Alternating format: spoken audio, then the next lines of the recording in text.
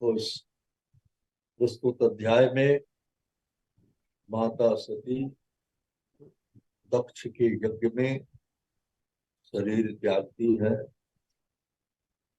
बड़ी रोचक कथा है। आखिर भगवान शिव ने माता सती का त्याग क्यों किया था, ये आप सबको विदित है। भगवान श्री रामचंद्र जी जब धराधाम पर अवतरित हुए थे और उन्हें वनवास हुआ था, माता सीता के वियोग में, उनकी खोज में इधर उधर भ्रमण कर रहे थे। उसी समय भगवान शिव कुंभज ऋषि के यहाँ से वापस लौट रहे थे। माता सती साथ में थी और उन्होंने भगवान श्री रामचंद्र जी को देखा तो सच्चिदानंद कह करके प्रणाम किया। माता सती ने पूछा शिव जी से कि आप तो जगत बंदित हैं, जगत आपकी वंदना करता है, प्रणाम करता है, आप किसे प्रणाम कर रहे हैं? शिव जी ने माता सती से कहा, हमारे प्रभु अवतरित हुए हैं, उन्हें प्रणाम कर रहा हूँ। माता सती ने कहा, ये आपके प्रभु हैं, ये तो अपनी पत्नी के वियोग में इधर उधर विलाप करते हुए ढूंढ रहे हैं, तो मुझे विश्वास नहीं होता है। इस प्रकार शिव जी ने कहा, अगर आपको विश्वास नहीं होता है तो आप परीक्षा ले सकते। माता सती ने माता सीता का रूप धारण किया और शिव जी के मना करने पर भी वो परीक्षा लेने चली गई। जैसे ही सामने भगवान श्री रामचंद्र जी ने माता सती को देखा सीता के रूप में, उनको प्रणाम किया, पिता दशरथ के नाम लेकर के कहा कि हे माता, दशरथ पुत्र राम का प्रणाम स्वीकार कीजिए, और पिताजी कहाँ है? ऐसा जब सती माता ने सुना तो लज्जित हो गई और कुछ समझ में नहीं आया क्या करूं। तो भगवान श्री रामचंद्र ने अपनी माया का विस्तार किया, उनको तरह तरह से उनको अपने रूप का दर्शन कराया। माता सती लज्जित हो गई, आंख बंद करके बैठ गई वहां। और भगवान ने अपनी माया का जब संवरण कर लिया तो माता सती ने आंख खोला और लज्जित होकर शिव जी के पास गई। शिव जी ने पूछा, कैसे परीक्षा लिया? तो भगवान की माया के प्रभाव से माता सती ने यहाँ भी झूठ बोला। भगवान शिव से कहा, कोई परीक्षा नहीं लिया, जैसे आपने प्रणाम किया था वैसे मैंने भी प्रणाम किया। भगवान शिव ने सोचा, अगर जैसे मैंने प्रणाम किया था वैसे ही प्रणाम करना था तो फिर वहां जाने की आवश्यकता ही क्या थी? जरूर कुछ इसमें दाल में काला है। भगवान शिव ने भगवान श्री रामचंद्र जी का ध्यान किया और ध्यान किया तो वो संपूर्ण दृश्य उनके नेत्र पटल पर आ गया और देखा मस्तिष्क में उन्होंने माता सती ने क्या क्या चरित्र वहां किया। उसी समय भगवान शिव ने संकल्प कर लिया, अब सती ने जगत जननी माता सीता का रूप धारण किया, जो हमारी पूज्या है, अब इनके साथ पति पत्नी जैसा संबंध नहीं रखें। त्याग दिया सती को वहीं से और वापस कैलाश पर आ गए। भविष्यवाणी हुई, शिव जी आपने क्या संकल्प किया? माता सती ने भविष्यवाणी में कहा कि आपके जैसा संकल्प कोई नहीं कर सकता है। तो माता सती ने पूछा कि क्या संकल्प किया आपने? शिव जी ने बात को टाल दिया, आकर के कैलाश पर रहने लगे। माता सती का वियोग था। उसी समय दक्ष प्रजापति, जो ब्रह्मा जी की सभा में शिव का अनादर किया था, जब दक्ष प्रजापति उस सभा में पहुंचा तो सब उठ करके प्रणाम किए, किंतु शिव जी और ब्रह्मा जी ने उठ करके प्रणाम नहीं किया। इस पर वो क्रुद्ध हुआ और शिव जी को बहुत भला बुरा कहा, लेकिन शिव जी पर कोई प्रभाव नहीं पड़ा। बाद में शिव जी को नीचा दिखाने के लिए दक्ष ने यज्ञ का आयोजन किया और उस यज्ञ में जानबूझ करके शिव जी को निमंत्रण नहीं दिया। देवता लोग जब उस यज्ञ में जा रहे थे कैलाश के ऊपर से, विमानों में पति पत्नी सवार थे, देवता लोग। और माता सती ने पूछा कि देवता लोग विमान में सवार होकर के कहाँ जा रहे हैं? तो भगवान शिव ने सती से कहा, तुम्हारे पिताजी ने यज्ञ का आयोजन किया है, सब वहीं जा रहे हैं, सब वहीं जा रहे हैं, और आप नहीं जा रहे हैं। शिव जी ने कहा, नहीं, मुझे निमंत्रण नहीं मिला है, इसलिए मैं नहीं जा रहा। तो सती ने कहा, क्या फर्क पड़ता है, जाना चाहिए, जा सकते हैं। पिता के घर, गुरु के घर, मित्र के घर बिना बुलाए भी जा सकते हैं, इसमें कोई विचार करने की जरूरत नहीं है। शिव जी ने कहा, नहीं। ब्रह्मा जी की सभा में वो अपने आप को तिरस्कृत समझा मेरी तरफ से, इसलिए मुझे नहीं बुलाया। माता सती ने कहा, मैं तो जाऊंगी। शिव जी ने बहुत मना किया, नहीं जाना चाहिए, बिना बुलाए नहीं जाना चाहिए, वहां तुम्हारा अपमान हो सकता है। किंतु स्त्री स्वभाव, शिव जी के समझाने के बावजूद भी माता सती ने जिद किया। और शिव जी जब मना कर रहे थे तो माता सती उन्हें ऐसे देख रही थी, क्रोधावेश में, जैसे बहुत बड़ा अपराध शिव जी ने किया। उनको रोक कर माता सती क्रोध में आकर के अकेले ही चल दी। अकेले ही जब जाने लगी तो एकदम निर्भीक होकर के, किसी की परवाह नहीं किया उन्होंने, कोई भय उनके अंदर नहीं था। तो भगवान शिव के जो अनुचर थे, मणिमान, मत और यक्ष, इनके साथ और हजारों अनुचर जो भगवान शिव के थे, जो भगवान शिव की इच्छा को जानते थे कि भगवान शिव इस समय क्या चाहते थे। वो समझ गए कि भगवान शिव चाहते हैं कि सती अकेले न जाए, इसलिए वो सारे अनुचर उनके पीछे लग गए, उनके साथ में, उनके ऊपर, उनको नंदी के ऊपर बिठा दिया। और उनके जो साज सामग्री थी वो भी साथ में उनको दे दिया।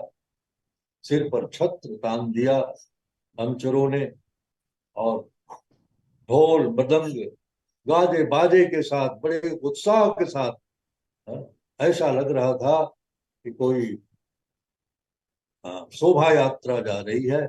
इस प्रकार बड़े उत्साह के साथ माता सती को लेकर के दक्ष के यहाँ पहुंचे। और माता सती ने जब यज्ञशाला में प्रवेश किया तो उनकी माता और बहनें उनसे मिली और बात भी की। स्त्री स्वभाव के कारण, स्नेह के कारण, किंतु वे भी डर रही थी कहीं दक्ष की नजर न पड़ जाए हमारे ऊपर। बाकी लोग जो वहां यज्ञशाला में थे, वो सोच तो रहे थे माता सती को सम्मान देने के लिए, किंतु दक्ष के भय से उन्होंने कोई सम्मान सूचक शब्द सती के प्रति प्रयोग नहीं किया। माता सती ने देखा चारों तरफ मंत्रोच्चार हो रहा है, आहुतियां डाली जा रही हैं हवन कुंड में, किंतु भगवान शिव का न तो वहां नाम लिया जा रहा है और न ही वो उस यज्ञशाला में भगवान शिव का भाग ही है। इस प्रकार से भगवान शिव का तिरस्कार दक्ष के द्वारा किया गया। भगवान कहते हैं, हाँ, 5वें अध्याय में भगवत गीता के 29वें श्लोक में, भोक्तारम यज्ञ तपसाम सर्वलोक महेश्वरम सुहृदम सर्वभूतानाम ज्ञात्वा माम शांति गच्छति। सारे यज्ञों का भोक्ता मैं हूँ। यज्ञ किसके लिए किए जाते हैं?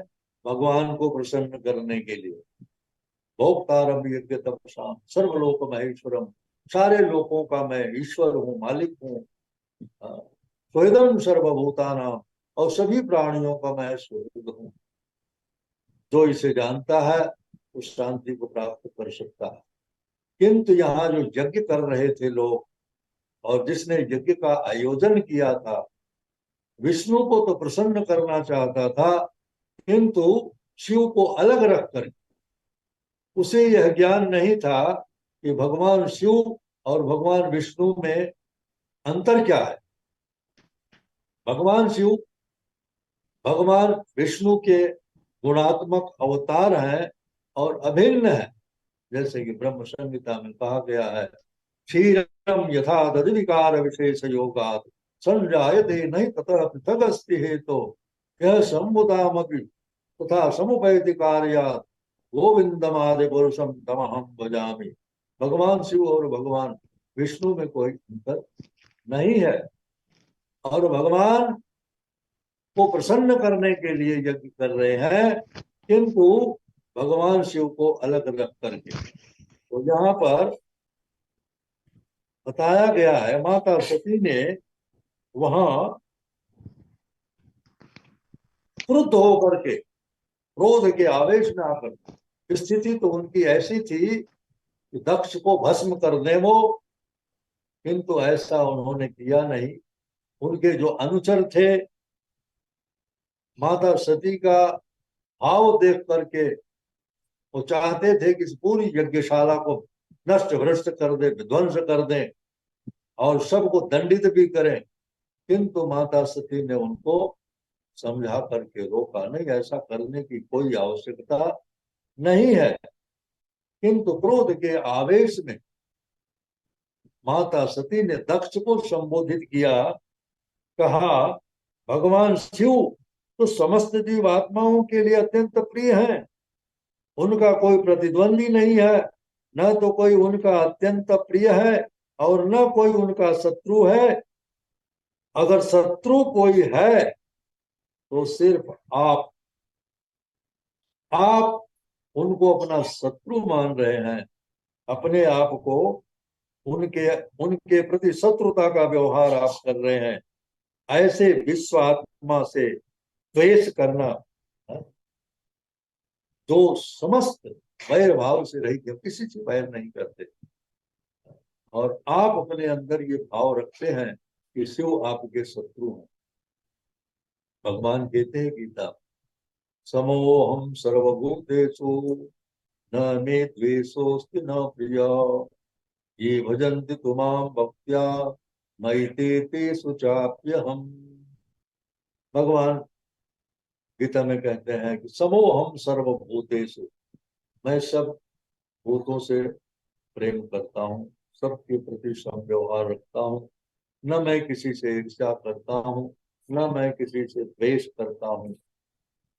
फिर भी ये भजन्ति तु मां भक्त्या, जो भक्ति पूर्वक मुझे भजते हैं, मेरी भक्तिमय सेवा में लगे रहते हैं, वो मुझ में स्थित है, और मैं उनमें विशेष करके, पक्षपात तो भगवान नहीं करते किसी के प्रति, लेकिन कह रहे हैं कि ये भजन्ति तु मां भक्त्या मयि ते तेषु चाप्यहम्, जो मुझे भजते हैं मैं भी उनको भजता हूँ।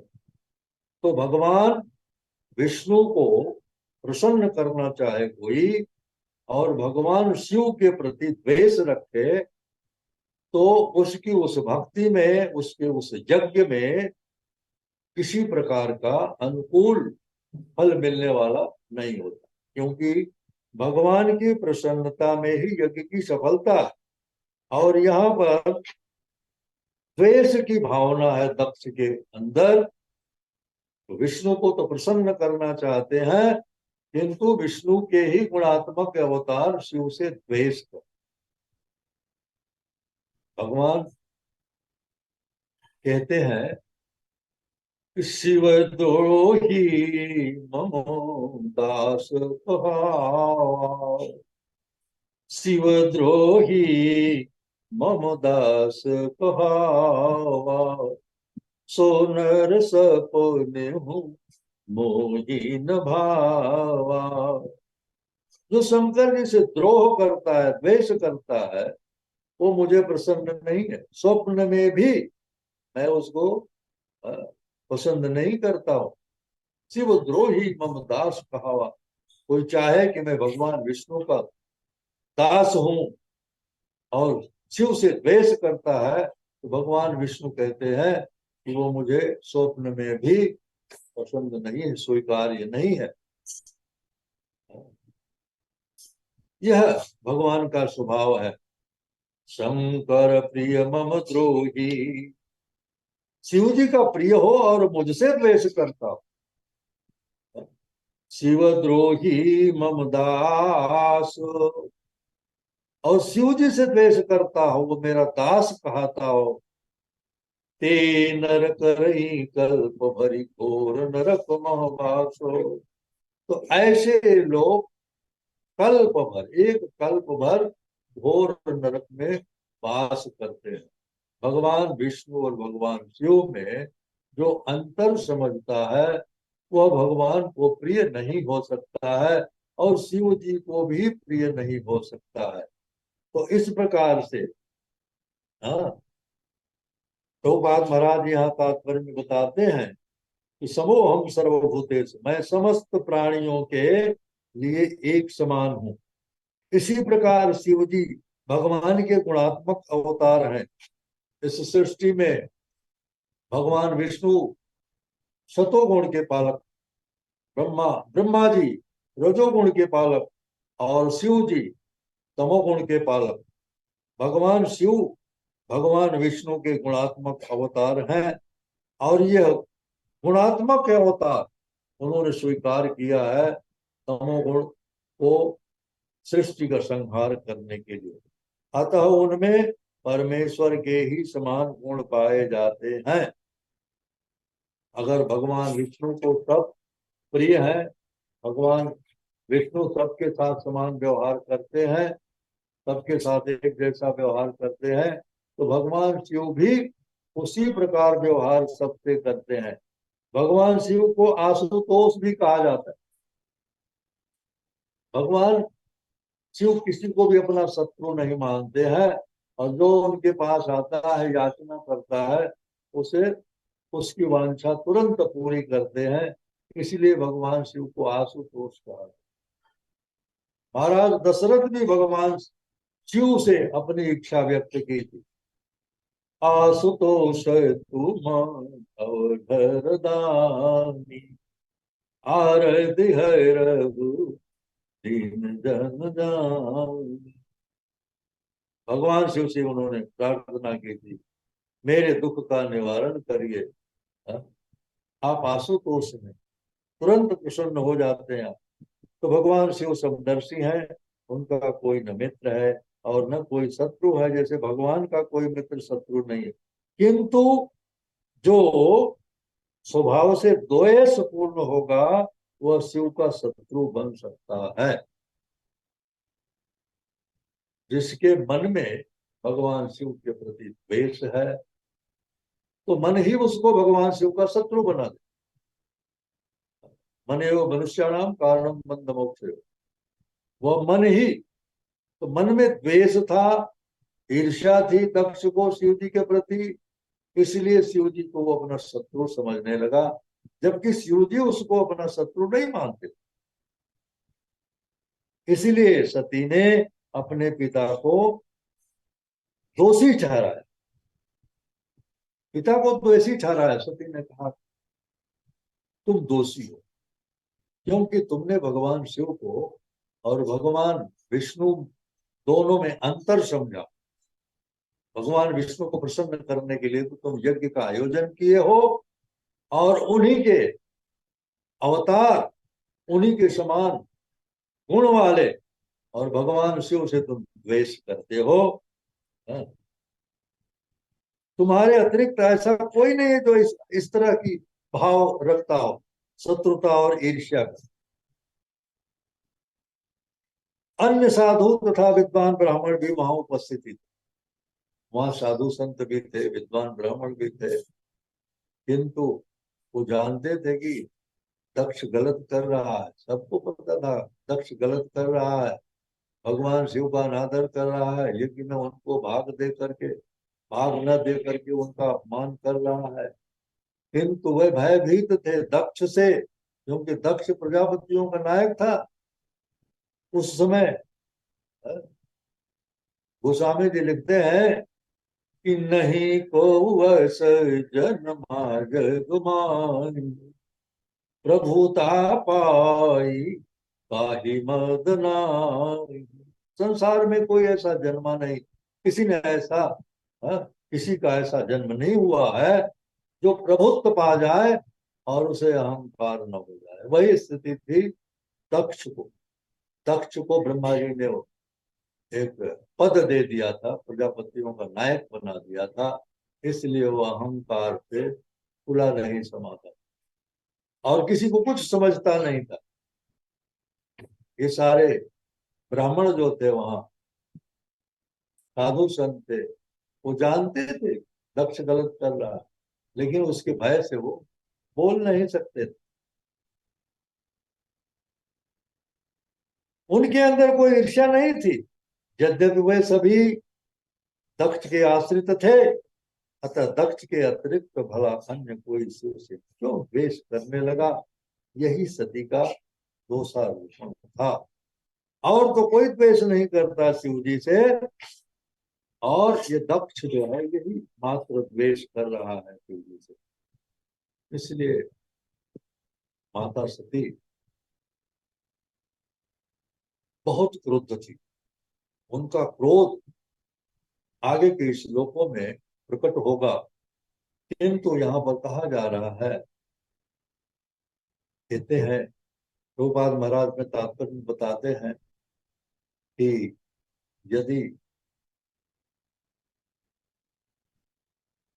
कोई वैष्णव अपराध करता है, वैष्णव के प्रति अपराध करता है, उनका अपमान करता है, उनसे द्वेष करता है, उनको भला बुरा बोलता है, तो भक्त को चाहिए कि वह उनको सही जवाब दे, सही उत्तर दे। अगर उसका बस चलता है तो उसका वध कर दे, कोई पाप नहीं। और अगर ऐसा नहीं होता है, नहीं कर सकता है, तो फिर कान बंद करके वहां से हट जाना चाहिए, सुनना नहीं चाहिए। हरिहर निंदा सुनई दिखाना, पाप होए को भात समाना। भगवान विष्णु और भगवान शिव की निंदा यदि कोई सुनता है तो वो हत्या के समान पाप होता है। नहीं सुनना चाहिए, देखना भी नहीं चाहिए। माता सती यहाँ देख रही है कि भगवान शिव का किस प्रकार के अनादर दक्ष ने किया, यज्ञ में उनको भाग नहीं दिया। क्यों ऐसा हुआ?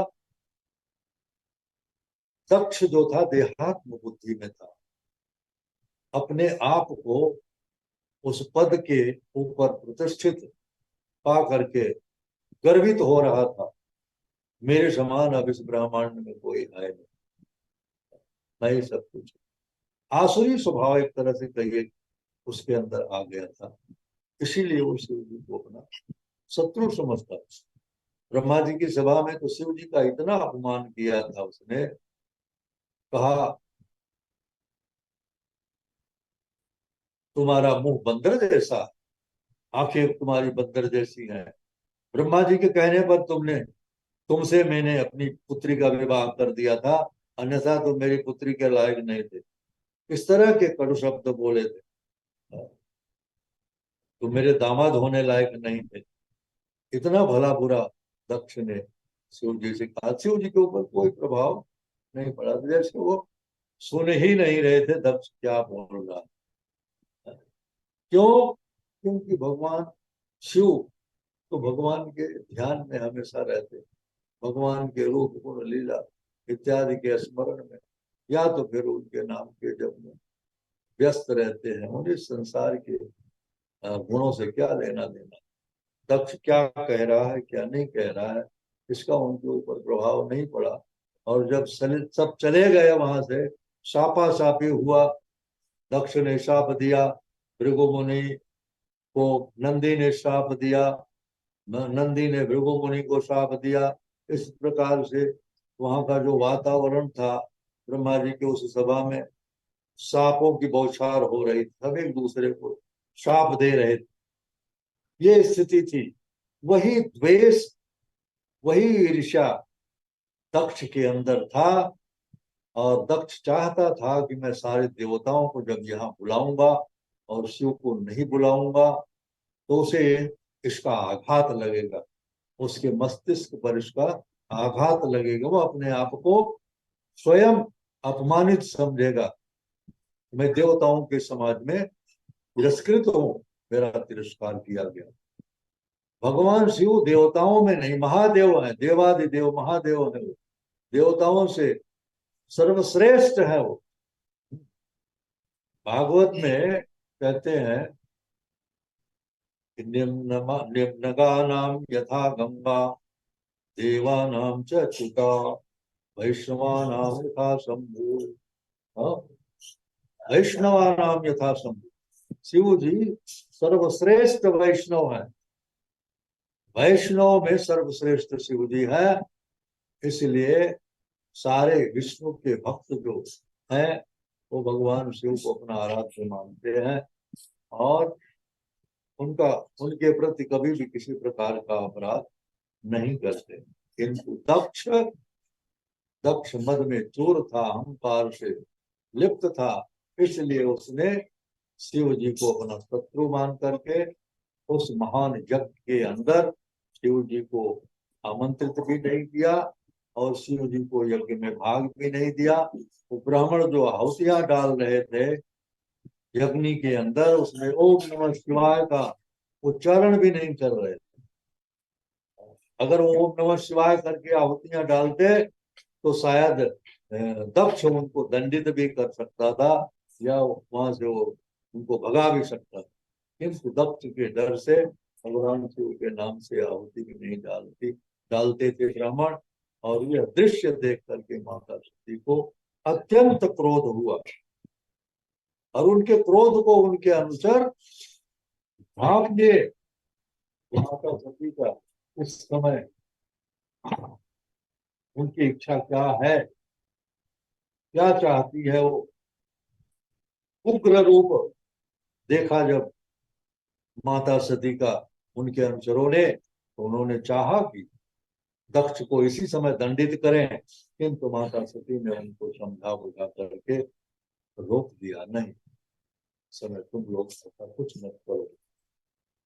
तो आगे के श्लोकों में माता सती कैसे अपने शरीर का त्याग करती हैं, कैसे उस यज्ञ की स्थिति क्या होती है, कैसे यज्ञ करने वाले ब्राह्मणों और ऋतुजों का वहां पर बुरा हाल होता है, उस आगे के श्लोकों में वर्णन होगा। इस प्रकार इस श्लोक में बहुत सुंदर वर्णन हुआ है। माता सती अपने आप पर कितना नियंत्रण रख रही है। अला वो चाहती तो वो खुद भी साथ दे सकती थी, उनके अंदर इतनी शक्ति थी कि वो स्वयं भी दक्ष को भस्म कर सकती थी और क्रोध भी उनके अंदर इतना था, किंतु उन्होंने अपना संतुलन बनाए रखना और दक्ष को उस समय क्रोध नहीं किया, क्योंकि माता सती दंड देना चाहती थी। क्यों दंड देना चाहती थी? क्योंकि माता सती ने विचार किया कि यह जो शरीर है दक्ष के द्वारा प्राप्त हुआ है, जब दक्ष शिव का द्रोही है तो वो मेरा भी द्रोही, शिव का अपमान कर सकता है, वो मेरा भी अपमान कर सकता है। इसलिए माता सती ने अपने क्रोध को अपने अंदर ही समेट करके रखा। इस श्लोक में अपने क्रोध को प्रकट नहीं होने दिया। आगे के श्लोकों में माता सती का जो भाव है, जो उनका क्रोध है, तो प्रकट होगा। हरे कृष्ण।